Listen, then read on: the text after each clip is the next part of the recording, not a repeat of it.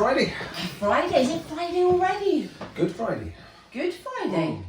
It's an interesting thought. Good Friday. I wonder what's good about Friday. So yesterday was Thursday, and we were looking at this kind I'm glad you reminded me of that. Thank you. Yes. So the whole sense of betrayal and the anguish that Jesus went through, and then after Thursday, kind of through Thursday night and towards Friday, he had this he was taken away for a trial, wasn't he? You know, this kind of kangaroo court. It was absolute kind of mockery of any justice, you know.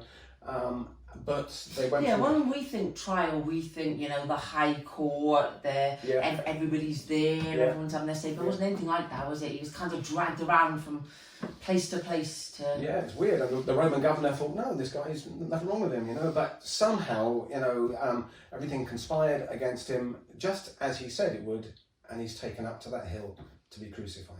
But I think it's important to note, isn't it? He was an innocent man. Yeah.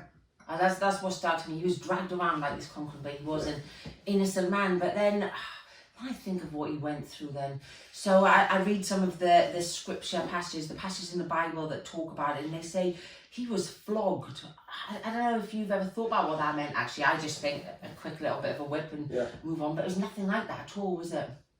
They ripped the flesh off his back, didn't they? I mean, it just doesn't bear thinking about, you know. And the whole crown of thorns thing.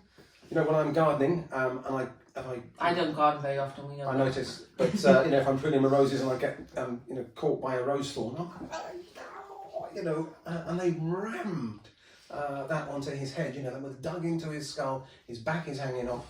They're abusing him. They're mocking him.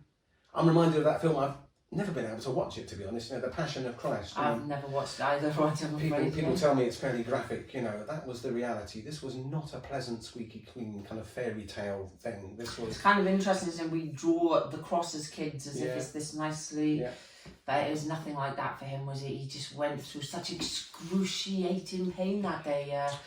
And actually, sometimes when we're hurting, we think, "Where are you, God? Why?" Yeah. But actually, God Himself, in the form of Jesus, He went through that, didn't He? He went through that pain. And so when you know, I'm crying out in pain because I'm suffering, or I've got an ill, or I just feel pain, actually He does know that, doesn't He? He's experienced it. He understands how we feel. The other thing that jumps out to me is that when he was there, you know, and all these Romans, everybody else, you know, who were killing him, were mocking him, he doesn't curse them. He doesn't, you know, have a go at them. He doesn't spit at them when they spit at him. He says, "Father, forgive them." Amazing. And this was whilst he had the nails in his hand, wasn't it? And he was gasping for every breath. Yeah. Amazing. So that kind of just reminds me that here in the 21st century, we have our own versions of, you know, anguish and stress and betrayal and hurt. And Jesus demonstrates that actually part of the answer there is forgiveness. That's an essential part of life, and it's kind of overlooked. We don't like to talk about that. Actually, no, we don't like to forgive people, do we? Because that's not an easy thing to do, I think. Okay, so that's Good Friday, which, you know, still I think needs some explanation as to why we call it Good Friday, and why did Jesus have to endure all this horrible stuff that we've been talking about? Yeah, good. That is something that I think we need to understand a bit better, and perhaps I've kind of got to get away now. The kids are very keen that I take them off to have some fish and chips. So I better shoot away, but perhaps we could catch up again tomorrow and really think about why good? Why good? What's that all about? All right, we'll do that. See you tomorrow. Thank you.